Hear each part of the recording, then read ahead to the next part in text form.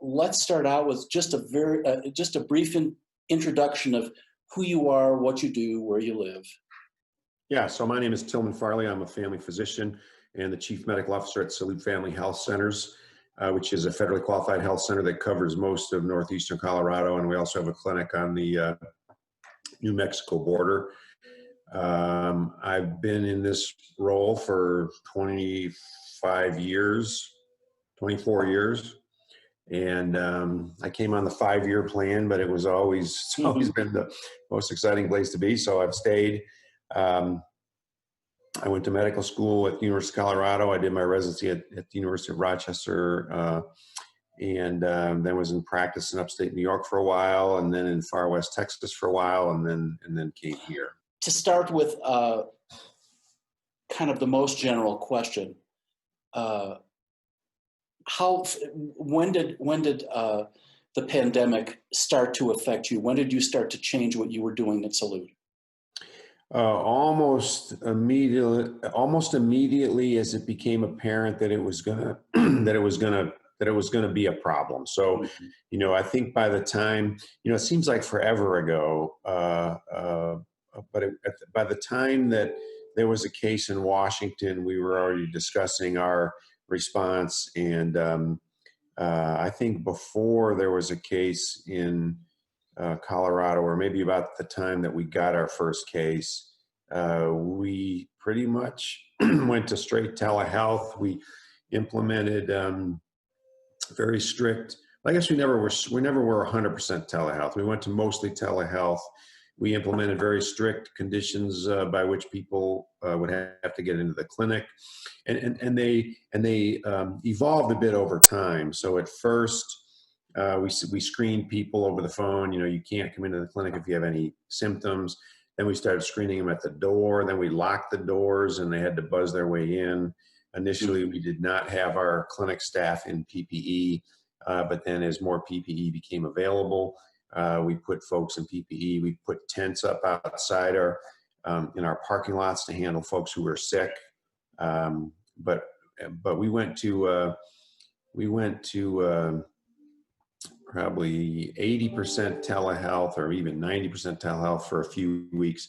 Now we're back to about 65% telehealth, and the rest in person.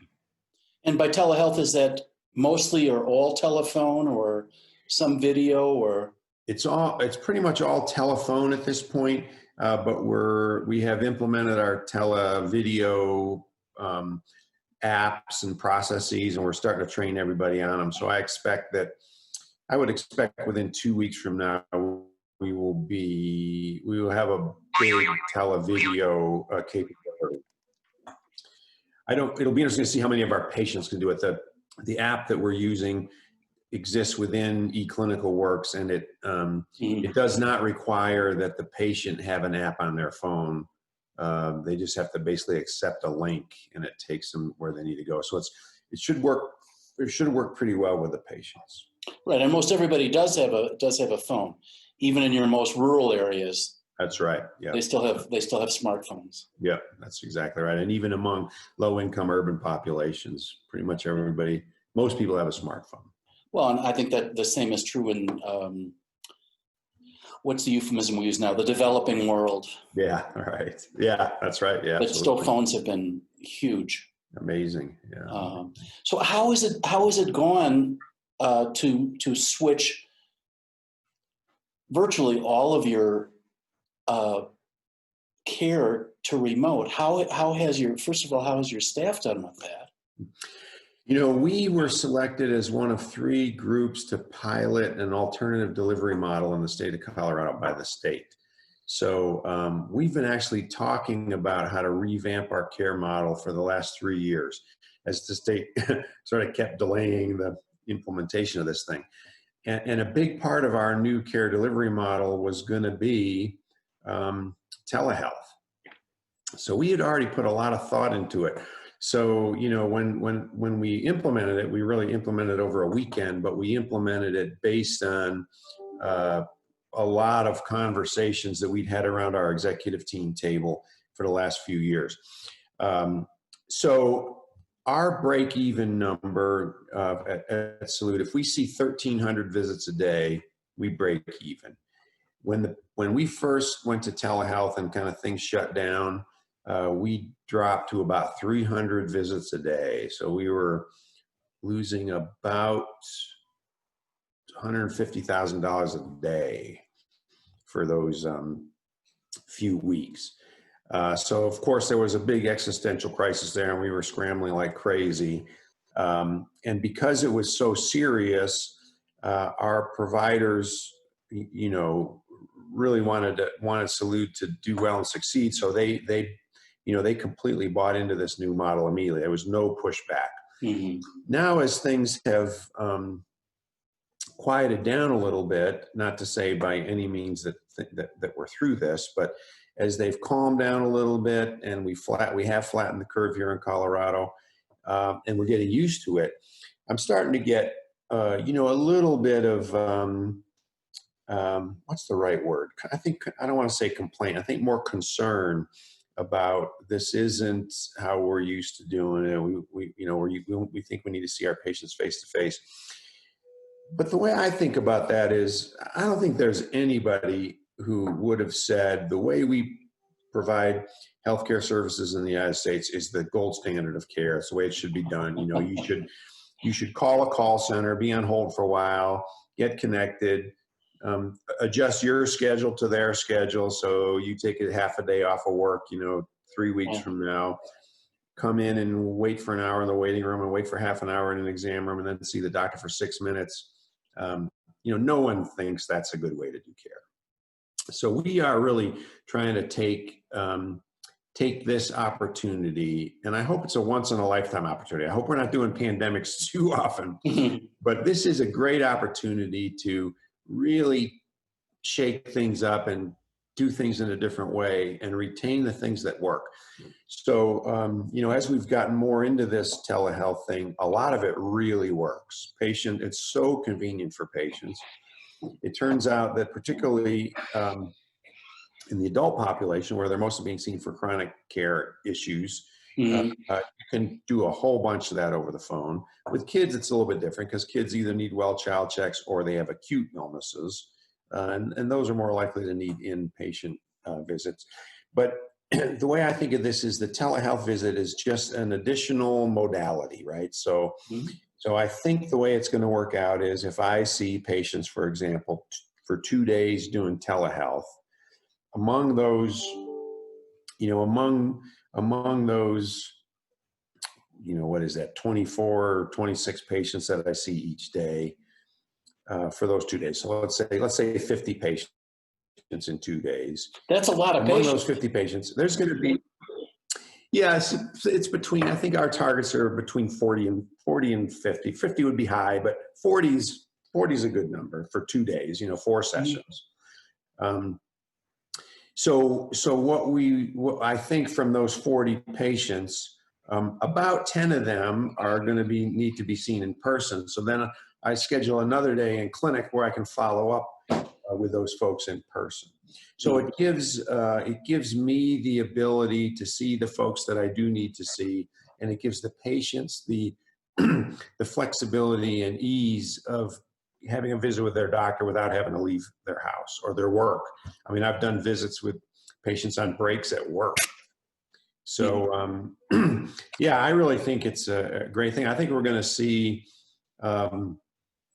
without a fall off in quality, I think we're going to see things like less blood work being ordered, better immunization, because now we really want to get the kids in. So we're really fine combing through our pediatric records to make sure we get every kid in for an immunization that needs one.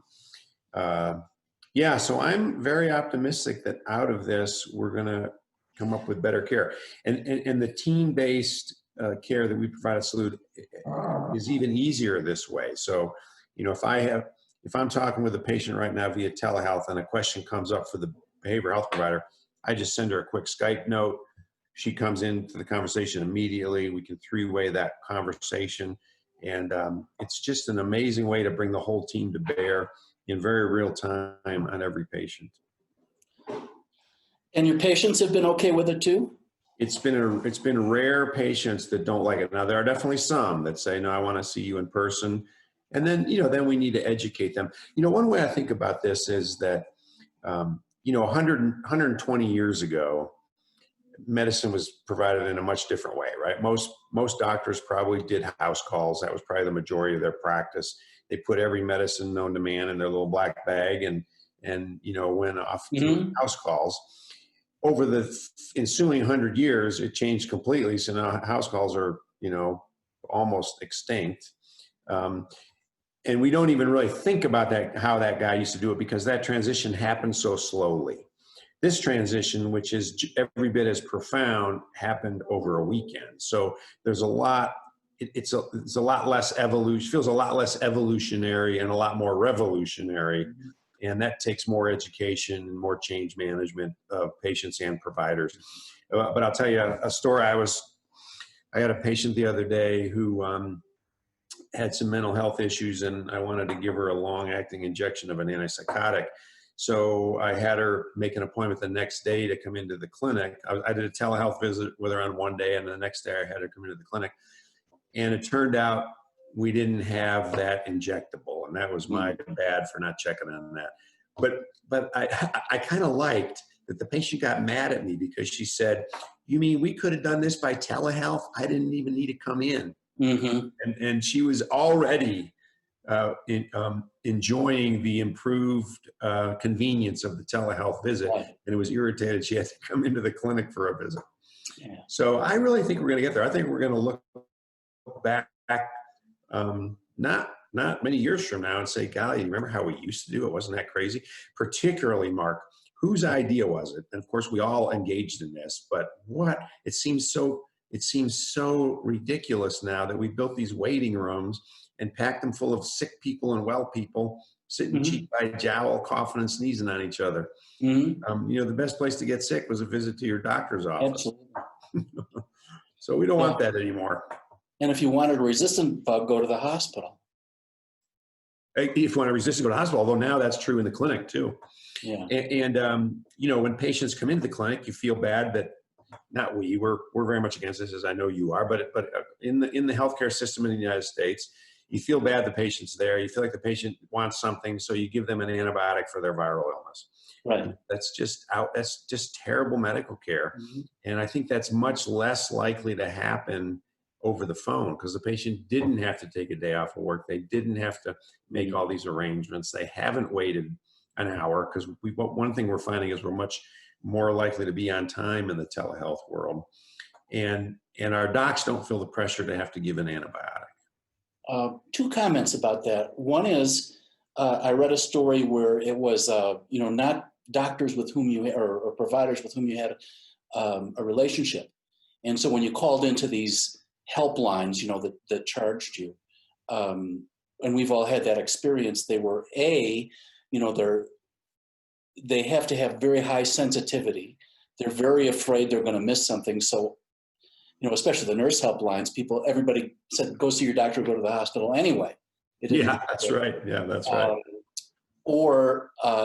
In order to sort of cover the bases when you didn't when you weren't with the patient and you couldn't get a better feel for it, they got more inappropriate prescriptions. Well, so we're tracking that, and in fact, just yesterday, I sent a note out to all of our providers saying, hey, be very aware of this. You don't need, as you said at the outset here, 80 to 90% of your diagnosis comes from history and 10% maybe from physical, and then another 3 to 5% from labs.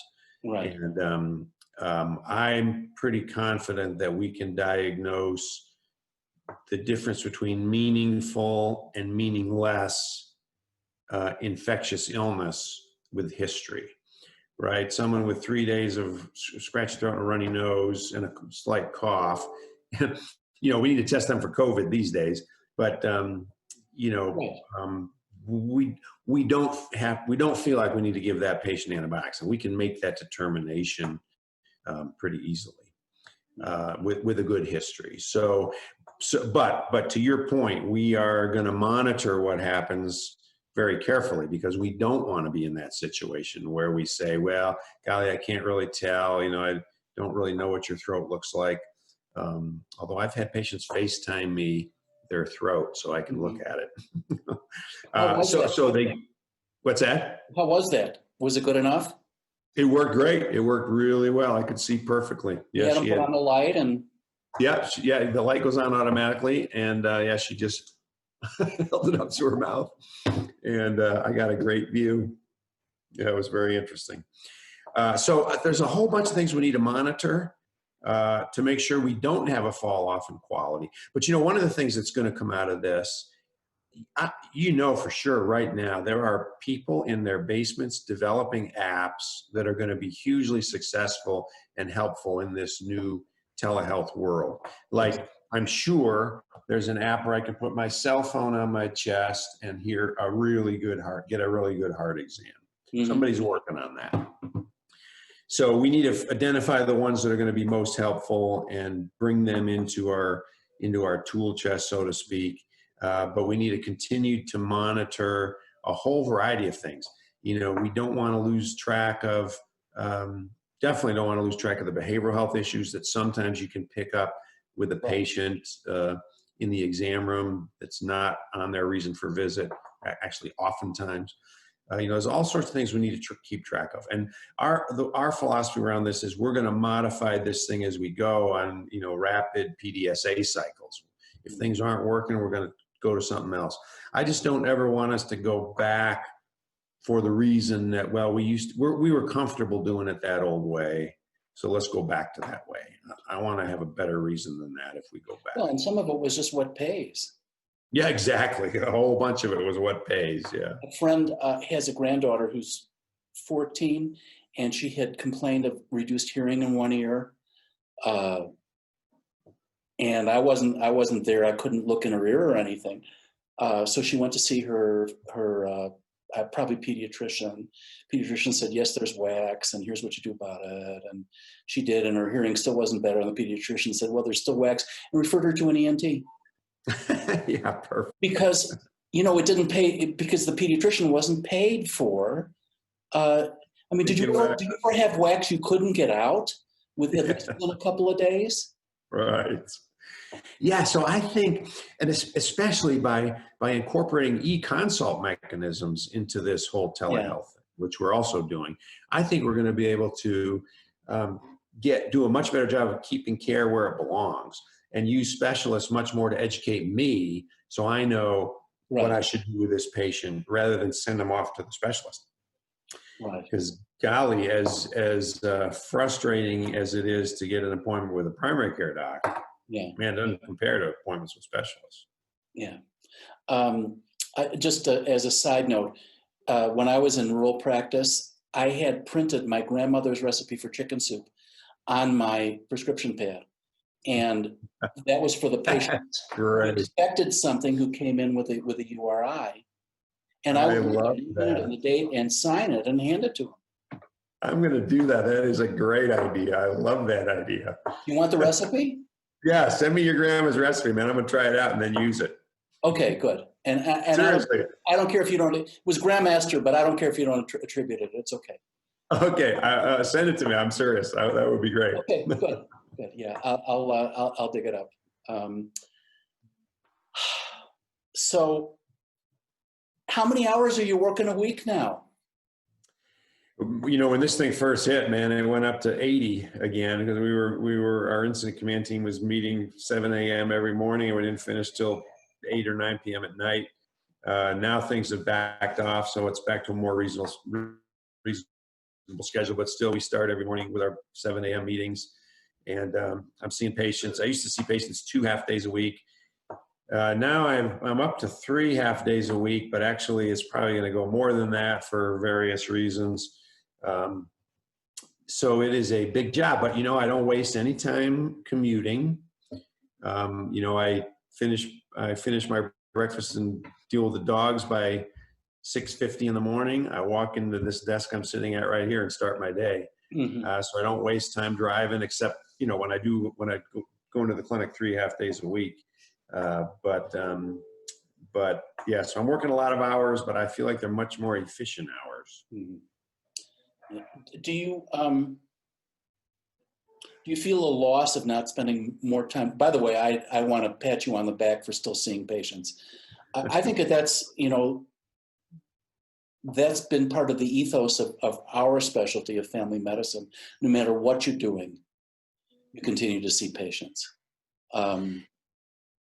I've kept it up for two reasons. One is, well, three reasons. One is I like it. Another is it gives me good street cred with my doc. So if, Absolutely. yeah. And the third is, in case this administrative gig doesn't work out, I got a plan B. Yeah. Yeah. Well, so I was going to ask you something about patients. Yeah. So how are your patients doing? Let's talk about them. So think about how we used to manage diabetes. So some patient comes in, they wait for an hour in the exam room, half an hour in the waiting room. We see them, or in the exam room, we see them for, a 7 to 10 minute visit because we're way behind, and try to educate them, but probably don't do that great of a job. Check their A1C. A1C is high. We tell them, make these changes and come back in 3 months. And in 3 months, they come back and go through the same thing. And it's just this treadmill that doesn't get you anywhere. What we're finding in this new model is instead because it's so convenient, we can call patients for a 10-minute visit, which takes 10 minutes of their time and 10 minutes of my time. And you can do that weekly. And then we're back to the finger sticks, right? Tell me what your blood sugar readings are. We adjust their blood sugars. We adjust their medications, insulin, whatever it might be, on a weekly basis. I've even done it daily with some patients. And then you check their A1C 3 months later, and it's much improved. So again, I think there are opportunities here to improve our quality of care, especially as these apps are coming out where the patient monitors their blood sugar, enters it into the app, it comes to me, and it does not even require a synchronous visit. I get this report every week, and I just send the patient a note, increase your insulin by this, that, or the other thing. And it happens asynchronously. And if we can get paid on a capitated basis, where we're not tied to that visit to make any money, then we can do all sorts of things. Right. So, and just in general, not just as patients in relation to Salud and in relation to you, I got how you. are the people you're encountering just doing in general? Terribly stressed. The anxiety, in my experience, is huge. And it's huge in our area for a number of reasons. One is that, we take care of a large Latino and African American population. They're the ones that are most badly hurt by COVID. They're the ones most badly hurt by everything shutting down. They were already in a tenuous situation, and it's become more tenuous. So the anxiety level is high. And then, of course, the whole George Floyd thing, which, so clearly demonstrated what we should already know, which is the racism virus is way worse than the coronavirus. And we can't seem to get rid of that dang thing. There is just, what's that? We've had it for 400 years. 401 years. Yep, that's right. And so the stress is huge. I'm very proud of our behavioral health department at Salud because I think they're about double what their pre-COVID daily patient contacts is. Whatever the grammar is there. They're seeing twice as many patients now as they were previously. And it's not that they weren't busy before, it's that they've modified their model a little bit. So they're doing tons of, brief education and brief therapy on patients who are anxious and angry. Yeah. Have you had many cases of COVID? Yeah, we've done, wow, I lose tracks, just a couple thousand tests maybe, and about 25% have been positive. Wow. I saw a guy yesterday for a COVID test, and it was a repeat test because he was positive 10 days ago. So he was coming in for a repeat to see if he was still positive, so he could go back to work. And he broke down crying because in the last 10 days his wife died of COVID. So yeah, we're seeing it. It's. I wish the folks who deny that COVID is a thing could spend some time in a healthcare facility. Don't get me started. Yeah, right. And how are your staff doing, and you? So, I got to say the anxiety level when this first hit was very high. For me personally, I sort of felt really a hyper sense that that I'm responsible for all these staff, and that if I make wrong decisions on I don't know, things like PPE or how we limit patients in the clinic or whatever it is, that people are going to die, because I made a bad decision. So I think that's part of the reason at Salud we were so aggressive so early in, keeping sick patients out. And I remember I got a survey in the first week or two of this thing from I think it's from a Robert Wood Johnson study, a survey they were doing. And they asked, what percentage of my regular patients did I have to cancel so we could see more sick patients? And I wrote back, are you crazy? We want to see sick patients over the phone. We do not want sick patients coming into our clinic. That's crazy. So yeah, we were very, very aggressive on that point from the get-go. Because I think partly because I really had a lot of anxiety about it. Now that's settled down a little bit. I feel like we're in a good place. I feel like we have done good things to protect patients and staff. We had a staff meeting today, and one of the staff asked the question, can they get hazard pay? So clearly there is still concern out there. I worked in our sick clinic yesterday, which is our full hazmat clinic. And, we no longer have sick patients and well patients coming into the same place. So we've taken 2 of our freestanding clinics and turned them into sick clinics where we only see sick patients and we don't see sick patients in the other clinics.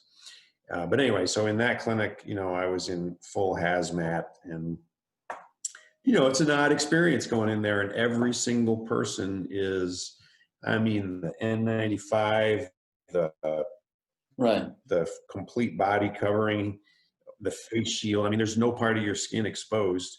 You can barely tell who people even are.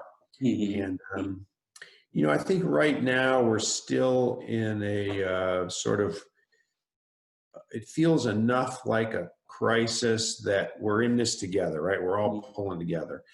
But eventually people are going to get kind of burned out wearing all that stuff, and they are going to feel isolated, because even when you're working with somebody, if you have all these layers of stuff between you and your colleague, you don't have the same kind of easy camaraderie that we used to have.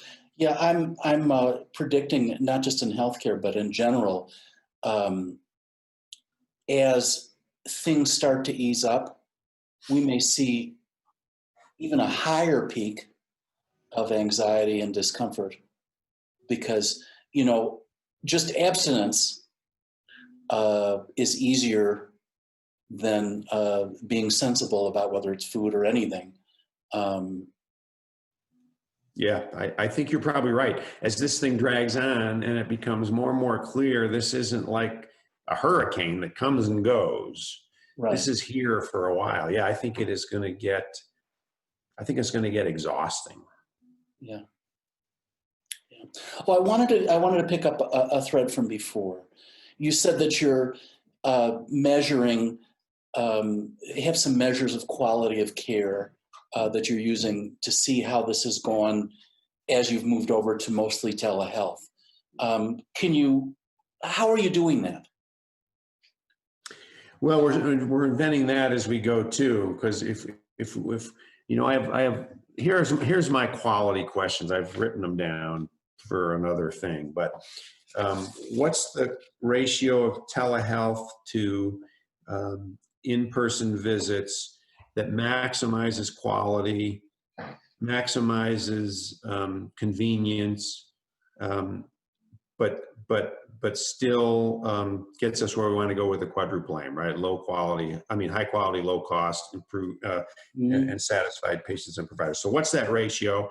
We're trying to sort that out. We do that by looking at things like how far out is your next available appointment? If you're a provider doing telehealth and you need to see one of your patients this week, do you have space in your schedule to see them? Because we really want to maintain continuity also. What's the ratio of doc to advanced practice provider on a team? So should it be one doc with one APP? Should it be 1 to 2, 1 to 3, 1 to 4? We're trying to figure that out. What's the right distribution of visits? How do we decide who needs a telehealth visit first? Who should be assigned to a physician versus an APP first? What's the right length of visit? Is a telehealth visit the same length as an in-person visit? What's the best way to work the team model? I think we have that figured out with our technology. What additional technology is going to become available that's going to be effective in getting us where we want to go in terms of the quadruple aim? What's the best change model for both patients and change management model for both patients and staff? How do we get folks bought into this new model? How many behavioral health providers do you need per patient? In other words, not per team or per provider, but how many patients, what should be the panel of patients in a behavioral health model? And what should be the panel size for behavioral health providers working in this model? And then how do we best take advantage of the fact that we're no longer tied geographically to anything? So, if we have patients with acute care need in Commerce City, he could be easily managed by a physician or a mid-level or an APP doing ACP telehealth visits in Trinidad or in Sterling. If they have the time, right? Right. So it allows us to distribute these calls across our system to balance it out. So everybody, so we don't have some people who are overwhelmed and other people who are sitting around with not enough to do. And just a little bit more down into the weeds, 2 questions. One is just like antibiotics and URIs. Are you just going to track that now versus before? We still track telehealth versus in person. Yeah, so we're still tracking a lot of things everything that we used to track, we're still tracking. A1C, percent of A1C is greater than 9%, hypertensives under control. We're still tracking all that. But this will allow us to compare how we were doing a year ago in the old way with how we're going to be doing this year in the new way and see if there's any fall off. I would also love to track things like the dollar amount spent on lab tests. Because we're not getting arthritis panels anymore on every 78-year-old lady, with achy fingers and Heberden's nodes, which of course we never should have been doing. And now we're not doing that. How about have you or will you be tracking continuity of care? Yeah, absolutely. That one of our key things is to maintain continuity. But we're going to try to do it in a little different way via teams, because the way we've always worked, and I think the way most health centers, not all, but the way most work is, you have docs and you have APPs and patients call in and they get put on whoever's schedule happens to be ready first. And then, that's the APP panel, that's the doc panel. They are managed independently. There's some clinic systems like Clinic of Family Health Services that has a much more sophisticated model than that, but most FQs don't. And and we have not had a sophisticated model on that, but now we're going to go to a team of 1 physician, 2 APPs, and 1 or 2 behavioral health providers, and some percentage of a clinical pharmacist and some others. and continuity will be on that team. So if the APP seeing the patient, but they need a higher level of care because of a complex diagnostic and treatment dilemma or whatever it might be, they can come to me. If they call in for an acute visit and my schedule's full, they can see one of the APPs and all of that. We want them to know everybody on that team. So it's team-based continuity, but we all know them. We all talk about it. And in real time, if an APP is seeing a patient and it doesn't feel right, they want to switch them over to my schedule, they can do that in real time. They can send me a Skype message. Hey, I got this patient at 3 that's, a 75-year-old lady on 20 different meds and her INR is 8 and I'm not really sure what's going on. I'm going to put this on your schedule. And, we can manage it that way. So I think, continuity really matters and we want to do a good job with that. So then I imagine like having the people in Trinidad see somebody in Longmont, for example, that would be like what a walk-in clinic would do. Exactly right. So we're spreading those acute care calls. So somebody calls in, I have a cold. I want to know what I should do. Mm-hmm. That can go anywhere in the system because that doesn't really matter. Doesn't really matter who sees them. Although first, the way our system will work is that person calls in. The first thing we do is check their identified PCP. Second thing we do is check their team. And then if nobody has an opening and it's a complaint that, like a cold, something very acute and self-limited, then we can put it to anybody who has an opening, no matter where they are geographically. Another thing I wanted to ask you about is documentation. How is that going now? Do you have rule out COVID templates, or how much are you using templates? Do you still have room for text? And has that changed now that you're doing telehealth? Does it take more or less time? So, I'm not a great person to ask about that because I never use templates. I always text. Good for you. Except for things that we have to capture, right? If we have to capture the data, I'll put it in a structured field, but I always free text the history. Right. And I never use templates. A lot of our providers do, particularly in the walk-in clinics. So I don't know that has changed. I'm guessing the folks that use templates still use templates. They use the viral URI template for COVID. So they are available, but we can also free text whatever we want.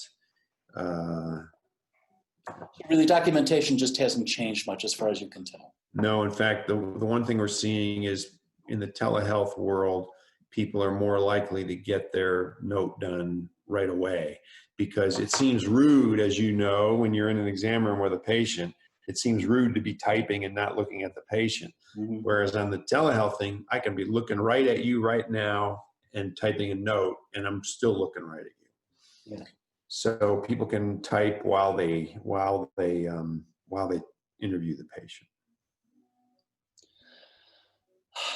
All right. Well, what else should we talk? Are there, hopefully, years from now, there are still going to be researchers, whether they're sociologists or historians or who knows what, and also the general public. You'll have a chance, by the way, to see once this is edited, which will be very light. I've really been aiming for putting data out there. But you'll have a chance to see it and make any adjustments that you want or nix it for that matter. But given the idea that hopefully you're speaking to posterity, are there any things you'd like to say, any more things you'd like to say, anything you'd like to enter into the record, as it were? Yeah, I think there's a huge opportunity here, but there's also potential big loss. And just like when we quit doing house calls, and I'm guessing you never quit doing house calls until you stop seeing patients. But when you quit doing house calls and work just in a clinic, you lose all the richness of information that you get from that house call. I think of the way physicians have practiced since the days of house call as little mini house calls, only in completely sterile exam rooms where you have no information. So we lost that when we went from mostly house calls to mostly not house calls. The thing that I'm worried about we're going to lose now, I always tell students and residents that the most therapeutic thing I do as part of the physical exam is put my hand on the patient's shoulder when I listen to their heart. Right. Because most of the time the heart exam is really, you just do it. Most of the time you're not going to really gain any, unless they have a specific heart complaint, you're not going to gain much. But it's the hand on the shoulder, I think, that is really therapeutic. And we're going to lose a lot of that. And, the other thing is just the incidental finding. Well, I know you're in for your sprained ankle, but you seem like, you seem like something's bothering you. What else is going on? I'm hoping we can maintain that one with our behavioral health providers, because they talk to everybody. But you know what I mean? It's that incidental finding that turns out to be really important.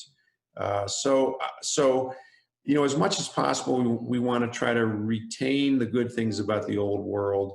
But I think there are things that we are just gonna lose, just like we did with house calls. I'm really hoping that the overall benefit to individual and population health outweighs that loss.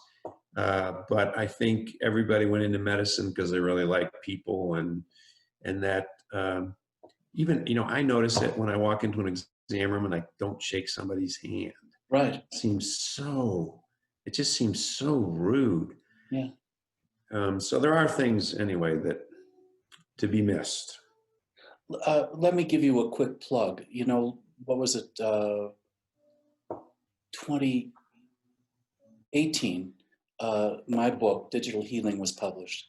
It's all about that. I've got to pick that up. There's even a chapter entitled Data versus Story. Interesting. And it's all about that. It's really, we're not going to solve our problems without technology, and it's not like I have answers. Technology is not the answer. How to use technology to enhance our humanity, as opposed to being yet another barrier. And I think it's perfectly possible. When we're freed up from sort of all the baloney we've had to do in office practice, maybe we can do house calls again. Wouldn't that be fantastic? Yeah, I like you, I'm still seeing patients, and just like you did, I'm still doing house calls. Well, pre-COVID I haven't done any since COVID. But yeah, I think they're really important. And I think that's a very interesting point, because I find it's on the days when I have a really light schedule, I can sit down with a patient under no time pressure and really hear the story, even if it seems to be unrelated. Because oftentimes that seemingly unrelated story is actually where it is, where the money is. Not the money, where the important information is. Where the value is. Where the value is, right, exactly. And so it may be that as this telehealth thing,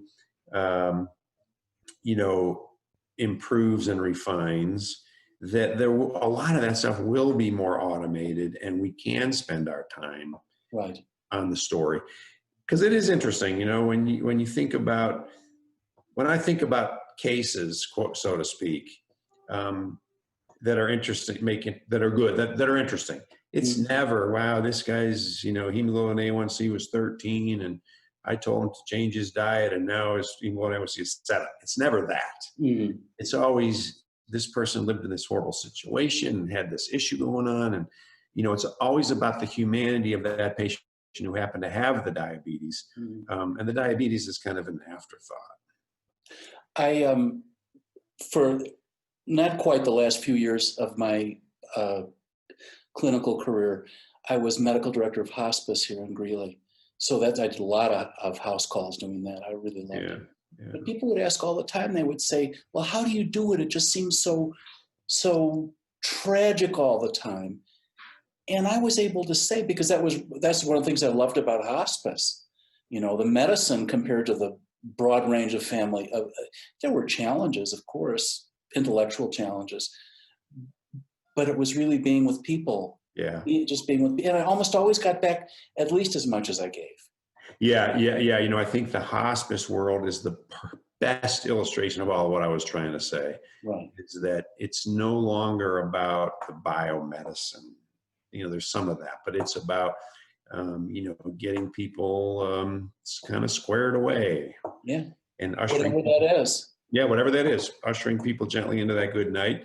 And we're all going there, and we should all demand that providers be better at that, because we're all going to want it for ourselves. Yeah. Well, Tillman, it's been great talking to you. Great talking to you, Mark, as always. Over the course of the years that we've passed each other, I've always enjoyed it, and always wish there were more. But well, I always know it's a good relationship when you can pick up right where you left off, however many years ago that was. yes, that's true. That's true. Okay, and I'll send you the chicken soup recipe. All right, yeah, send that. Mark, Okay, great to thank you see so you. much. Take care. Bye-bye.